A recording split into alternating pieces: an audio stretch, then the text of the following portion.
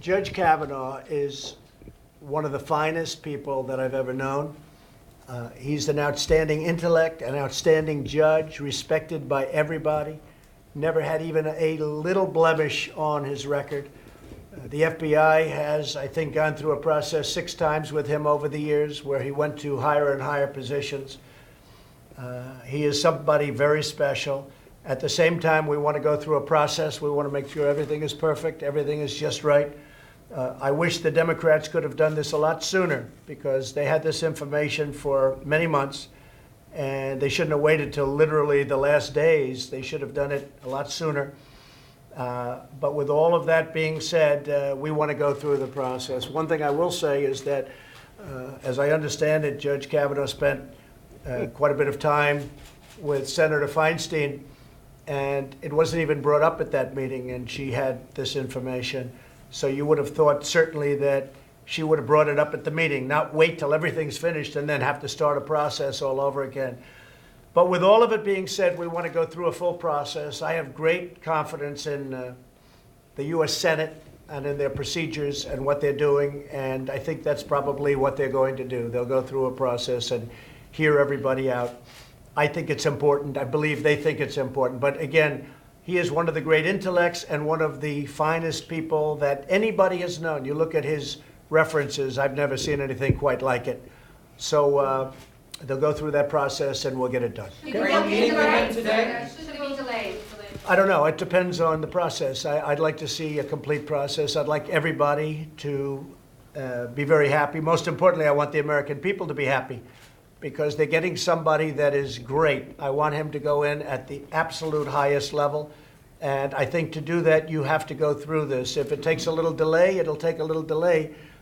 It shouldn't certainly be very much. But again, this is something that should have been brought up long before this. They had the information in July, as I understand it. That's a long time ago, and nobody mentioned it until the other day. It's very unfortunate that they didn't mention it sooner. But with all of that being said, it will, I'm sure, work out very well. You're talking about an individual who is as high a quality individual as you'll ever see. Are you meeting him today? I have not spoken to Judge Kavanaugh. Do you know if he's offered to withdraw from the process? Has he offered to withdraw? Next question. What a ridiculous question that Do you is. think his passport confirmation? Say it? Do you think his passport confirmation is on track? Oh, I think he's on track, yeah. I mean, I think he's very much on track. If they delay it a little bit just to make sure everybody's happy, they want to be happy. I can tell you, the Republican senators want to be 100% happy themselves. They're doing it very, very professionally. Again, this should have been brought up a long time ago. Thank you. Thank you very much. Thank you. Yeah, you're going to see on China today, right after close of business, we'll be announcing something, and it will be a lot of money coming into the coffers of the United States of America, a lot of money coming in. But you'll be seeing what we're doing right after close of business today. The market's closing. Thank you. Thank you. Come on, guys, let's go. You'll see. Let's go. All right, so that is the first time we've heard from this president publicly speaking about the woman who says his Supreme Court nominee sexually, physically assaulted her way back when they were in high school. And so just to highlight some of the headlines from the president there, obviously saying over and over he wished the Democrats had brought this forward sooner. But though he did say he would like to hear everybody out, right? This notion that she would, vis-a-vis her attorney, saying she would testify in front of this committee. And he's saying he's okay with a little delay. David Chalian, you were listening as well. Oh, and one more note. When he said that was ridiculous, the question was, are you thinking about withdrawing his name? That's ridiculous, so says the president. Very careful in his words. Yeah, that was not Twitter Donald Trump, and that was not scorched earth Donald Trump. That was not somebody who just went out and just scolded the Democrats or somehow accused this woman who's telling a story about surviving a sexual assault. He didn't do any of that. He didn't disparage the woman in any way. This was one of the more disciplined outings I've seen from the president. Again, I think pointing to just how sensitive this moment is to get his nominee on the Supreme Court. And so, yes, he threw an elbow to the Democrats and say, hey, I think you're playing politics on the timing here, and this should have come out a lot sooner. But that being said, he echoed what Kellyanne Conway said this morning. Everyone should be heard here. A full process should go through. And I told you before, Brooke, mark that Thursday event in the voting committee in pencil. I think he just took the eraser side of the pencil and said, it's okay if it's a little delayed after that, giving some breathing room for Republicans to be able to go through a process here where they feel 100% complete and secure in getting Kavanaugh onto the court, which of course is their ultimate goal. Right. And they want to do it in a way that is totally unimpeachable. And so the president just gave the space and the ability for the Republicans to now go through and do that. David, thank you Sure. very much. Let's go to the White House and our senior White House correspondent there, Jeff Zeleny. Jeff, what did you think of the president just then?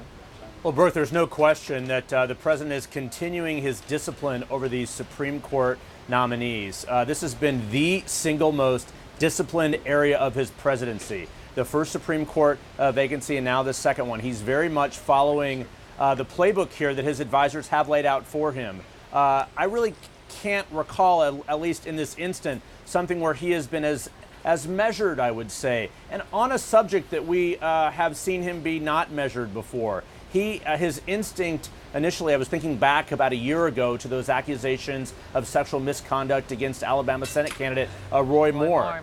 He seized on those. That we did not see President Trump doing that today. So we will see if this continues going forward. But this also has the handbook of Senate Majority Leader Mitch McConnell in it. This is both sides of Pennsylvania Avenue, the Capitol Hill, and the White House working to do everything they can to keep this nomination on track. They believe the best way to do that is to say, we'll have a hearing, we'll hear from both sides. The president even acknowledging there he's fine with a short, a hold in this, a pause in this, if it gets the outcome the American people want. The only sign there, I think, of the president's actual, probably what he's thinking. We know he's angry a little bit behind the scenes here. When a reporter in the room asked him if Judge Kavanaugh offered to withdraw the nomination, he said that's a ridiculous question. But as of now, Brooke, very disciplined White House here. They believe they can still get Judge Kavanaugh through this process. But boy, looking so much different than it did just a few days ago, Brooke. Jeff Zeleny, thank you so much. Let's have a bigger discussion. I've got Jim Schultz with me, CNN legal commentator, former White House lawyer under President Trump. Also with us, CNN national reporter Maeve Reston, and CNN legal analyst Areva Martin, who is a civil rights attorney. So welcome to all of you. We got a lot of news coming in here. Jim, just first to you. You heard the words describing President Trump, disciplined, measured. What did you make of how he handled that just then? I think he had the right tone. Look, these are serious allegations, and they need to be taken seriously, and a process needs to be borne out here. These allegations were available to Senator Feinstein back in July. At that time, she could have sent them over to the FBI, and the FBI could have done that as part of their initial background investigation. She chose not to do that, and that would have been. Let me just jump in. She was respecting the wishes of the woman we now know as Christine Blasey Ford, who did not want to go public on this. Well, and Senate Democratic staff decided not to respect their wishes by leaking it. But let's get back to the process for a second. The issue here is that could have gone through a confidential process where he could have been questioned about it, and then he could have been questioned by the committee in closed-door meetings. That didn't happen here. So what we're now faced with, because the process wasn't followed, now we're faced with, well, what do we do now days before? Well, what do they do now days before? I'm heartened by the fact that Judge Kavanaugh came out and said he's going to be willing to testify under oath as it relates to this issue. I'm heartened by the fact that the witnesses come forward and willing to discuss it, notwithstanding the fact that the Democrats leaked this information. I think that's good for the American people to be able to hear it and make credibility judgments on their own. And let's not forget, they could also bring in the other witness in this and have discussions with him as well. So I think there's a real opportunity here to bear out the facts, let the American people and the Senate, who ultimately have the vote on this, make their credibility judgments on their own. Right, the other witness who also denies this ever happened. Areva, how do you see it? Yeah, first of all, I don't know where this comment is coming from that the Democrats leaked it. There's absolutely no evidence that the Democrats leaked this information. Senator Feinstein respected the wishes of this victim because this victim knew what would happen if she came forward. We've seen it time and time again when women come forward and tell their story. They are no longer the victims. They become the villain. They get attacked. They get humiliated. We've watched Anita Hill get annihilated as she told her story about Justice Clarence Thomas. So I think we should just step it back a little and should be talking about the bravery and the courage that it takes for a woman to come forward and to even tell her story. Even in this era of Me Too, it's still incredibly difficult for women to talk about sexual harassment and sexual assault. So this big rush to have the hearing, I don't know what the rush is about. Obviously, if it takes a week, if it takes 2 weeks to get to the truth, I think the country deserves, the American people deserve to have these serious allegations vetted with not just a hearing between the two people involved, but there possibly are other witnesses, Brooke, who were at this party, other people who can shed light on what happened that night. And they all have information, I think, that's invaluable to us getting to the truth and knowing whether this guy, Brett Kavanaugh, this judge, should have a lifetime appointment on the Supreme Court.